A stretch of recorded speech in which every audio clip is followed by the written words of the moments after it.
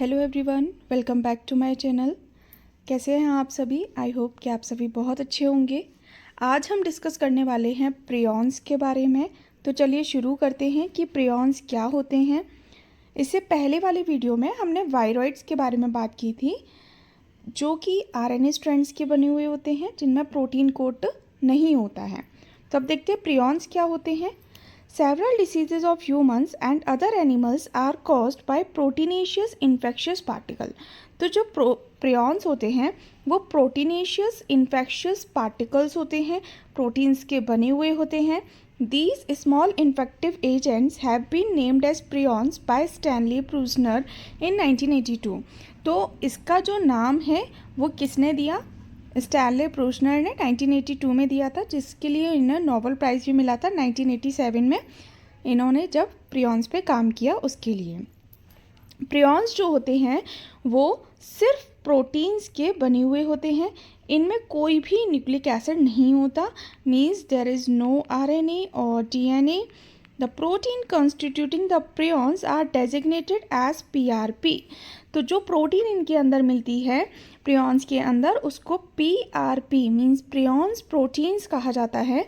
And these proteins consist of about 250 amino acids की बनी हुई होती है and are about 1/100 the size of a small virus. मतलब एक छोटे वायरस का ये 1/100 साइज होता है लगभग, मतलब बहुत छोटा होता है। The genes that code for these proteins are found in the normal host DNA। ऐसे जीन्स जो कि इन प्रोटीन्स को कोड करते हैं वो किसके अंदर मिलते हैं? जो होस्ट डीएनए है, नॉर्मल होस्ट डीएनए, उसके अंदर मिलते हैं। In human beings the PRP genes are located on chromosome 20। Human beings की बात करें तो जो प्रियॉन प्रोटीन्स जीन्स होते हैं वो क्रोमोसोम नंबर 20 पर प्रेजेंट होते हैं। It is believe that prions are normal protein. ये देखा गया कि जो प्रियॉन्स होते हैं वो नॉर्मल प्रोटीन होते हैं दैट बिकम फोल्डेड इनकरेक्टली, जो कि इनकरेक्टली तरीके से फोल्ड रहते हैं। और ऐसा क्यों हो सकता है? As a result of mutation. तो जिसकी वजह से क्या हो सकता है? म्यूटेशन आ सकते हैं। नेक्स्ट कि क्या क्या होता है एंडोजीनस। नॉर्मल सेलुलर फॉर्म को हम पीआरपीसी मतलब सेलुलर फॉर्म बोलते हैं, जबकि डिसीज कॉजिंग इन्फेक्शियस और मिसफोल्डेड फॉर्म जो होती है उसको हम पीआरपीएससी मीन्स स्क्रैपी। ठीक है, एससी मीन्स स्क्रैपी। तो इसको स्क्रैपी क्यों बोला गया? क्योंकि ये जो स्क्रैपी डिसीज़ थी वो प्रियॉन से ही लिंक्ड थी, इसीलिए। तो पीआरपीएससी जो है वो डिसीज्ड फॉर्म है और जो सेलुलर फॉर्म है वो पीआरपीसी है। इसको इस तरीके से लिखा जाता है, पीआरपीसी। ठीक है, और जो पीआरपीएससी है उसको हम पीआरपीएससी इस तरीके से लिखते हैं। Prions are glycosylated proteins and linked to the membrane by GPI linkage। तो glycosylated होते हैं और GPI linkage से लिंक रहते हैं। Infectious form PRPSC is responsible for neurodegenerative disease। तो जो PRPSC है वो क्या करती है? न्यूरो डिजनरेटिव डिसीज़, मतलब कुछ न्यूरॉन डिसऑर्डर्स हो जाते हैं, वो डिसीज़ कॉज करती है एनिमल्स के अंदर इंक्लूडिंग ह्यूमन। जो नॉर्मल सेलुलर फॉर्म होती है वो पीआरपीएससी में कन्वर्ट हो जाती है through a process whereby a portion of its. कैसे होगा कि इसका जो alpha helical and coil structure होता है वो रीफोल्डेड हो जाता है बीटा शीट्स के अंदर। तो ये अल्फ़ा हेलिकल है। ठीक है, तो अल्फ़ा हेलिकल शीट जो होती है, अल्फ़ा हेलिकल या कॉइल स्ट्रक्चर जो होता है वो बीटा शीट्स में कन्वर्ट हो जाता है। तो ये जो स्ट्रक्चरल ट्रांजिशन होता है इस accompanied by profound changes in the physico chemical properties of the PRP. तो जो प्रियॉन प्रोटीन्स होती हैं उसकी कुछ फिजिको केमिकल मतलब फिजिकल एंड केमिकल प्रॉपर्टीज़ में कुछ चेंजेस आते हैं, जिसकी वजह से ये ट्रांजिशन देखने के लिए मिलता है कि जो पीआरपी सी था, मतलब जो सेलुलर फॉर्म थी वो किस में चेंज हो गई? पीआरपीएससी में चेंज हो गई। तो पीआरपीसी जो है वो सेंसिटिव होता है प्रोटीएजेस के लिए, प्रोटीएजेस जो प्रोटीन को कट करते हैं, जबकि पीआरपीएससी जो होता है वो प्रोटीएज रेजिस्टेंट होते हैं। High content of beta sheets in PrPSc. तो पीआरपीएससी मतलब जो प्रियॉन प्रोटीन स्क्रैपीज हैं वो उसके अंदर बीटा शीट्स का कंटेंट ज़्यादा होता है, जबकि सेलुलर फॉर्म में अल्फ़ा शीट्स होती हैं।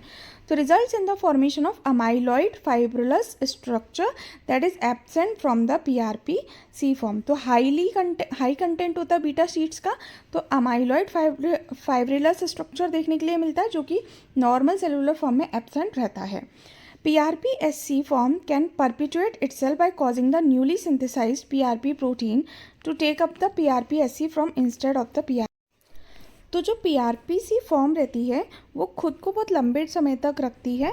कैसे कि वो PRP protein, newly synthesised PRP protein बनाती है जिससे कि वो PRPSC में कन्वर्ट हो जाए instead of PRPC form. Next इसका डायग्राम देखते हैं कि जो नॉर्मल प्रियॉन्स हैं वो इस तरीके का दिखता है। ये अमाइनो एसिड्स इन शीट फॉर्म से, ये इसकी अल्फ़ा हेलिक्स है, ठीक है, ये फोल्डेड फॉर्म में है। अब डिसीज्ड प्रियॉन्स जो होगा उनमें सबसे ज़्यादा बीटा हेलिक्स देखने के लिए मिलेगा, ठीक है। तो हमने देखा था कि जो अल्फ़ा हेलिक्स है वो किस में कन्वर्ट हो जाता है, बीटा शीट्स में कन्वर्ट हो जाते हैं, इसीलिए वो उसका डिसीज्ड प्रियॉन्स कहलाता है, ठीक है। Next, prions are not inactivated by temperature up to temperature 90 degree Celsius. तो क्या बोला है कि जो प्रियॉन्स हैं वो इनएक्टिवेटेड नहीं होते, मतलब अप टू 90 डिग्री सेल्सियस तक, क्योंकि जो वायरस होते हैं वो नॉर्मली इनएक्टिवेट हो जाते हैं इस टेम्परेचर पे। Prion infection is not sensitive to radiation, और ये रेडिएशंस के लिए भी सेंसिटिव नहीं है, ठीक है, जो कि वायरस के जीनोम को डैमेज कर देते थे, लेकिन प्रियॉन्स ऐसे नहीं हैं। एंजाइम डिस्ट्रॉइंग या डाइजेस्टिंग DNA और RNA do not affect the activity of prions. जो एंजाइम को भी डिस्ट्रॉय नहीं करते ये, ना ही ये डाइजेस्ट करते RNA और DNA को, तो इनकी एक्टिविटी का कोई भी फ़र्क नहीं पड़ता प्रियॉन्स की एक्टिविटी पे। Proteins denaturing agent like phenol, urea, ये सब जो हैं वो अफेक्ट करते हैं प्रियॉन्स की एक्टिविटी को, क्योंकि बेसिकली इसके अंदर प्रोटीन्स ही तो मिल रहे हैं। तो जो प्रोटीन डीनेचरिंग एजेंट है वो अफेक्ट करते हैं प्रियॉन्स की एक्टिविटी को। Prions have a long incubation period, मतलब ये लंबे समय तक जीवित रह सकते हैं। Hence this infective agents were once assigned the name slow virus. तो एक बार इन इन्फेक्टिव एजेंट्स को स्लो वायरसेस के नाम से जो है असाइन किया गया था। Some of the disease now believe to be caused by prions. कुछ ऐसा देखा गया कि कुछ डिसीज़ जो हैं वो प्रियॉन्स के थ्रू होती हैं, were once thought to be slow virus, जो कि एक बार ये सोचा जाता था कि स्लो वायरसेस हैं कुछ, तो उनकी वजह से होती है, लेकिन ये जो डिसीज़ हैं कुछ डिसीज़ प्रियॉन्स की वजह से होती हैं। However not all slow virus disease are caused by prions. ऐसा नहीं है कि जितनी भी स्लो वायरस डिसीज़ हैं वो सब प्रियॉन्स से ही होंगी। Prions cause a progressive degeneration of the central nervous system. तो इसका ये वो हो गया कि ये क्या करता है, सेंट्रल नर्वस सिस्टम को अफेक्ट करता है। And the disease thus caused by prions are collectively known as, और जो डिसीज़ प्रियॉन्स के थ्रू कॉज्ड होती हैं उनको ट्रांसमिसिबल स्पॉन्जीफॉर्म एन्सेफेलोपैथीज कहा जाता है। क्यों? बिकॉज दे डिस्ट्रॉय न्यूरॉन्स को डिस्ट्रॉय करती हैं, ब्रेन टिश्यूज़ को डिस्ट्रॉय करती हैं, जो कि एक स्पंज लाइक एक्सपीरियंस देता है। Among animal prions are known to cause scrapie. Animals में बात करें तो स्क्रैपीज डिसीज़ होती है शीप एंड गोट के अंदर, मैड काउ डिसीज़, और या इसको बोवाइन स्पॉन्जिफॉर्म एन्सेफेलोपैथी बोलते हैं जो काउ में होती है, एन्सेफेलोपैथी जो मिल्क, एल्क एंड कैट्स के अंदर होती है। ये सब कुछ एनिमल्स प्रियॉन्स हैं। 1996 में United Kingdom had to kill 100 of thousands of cattle.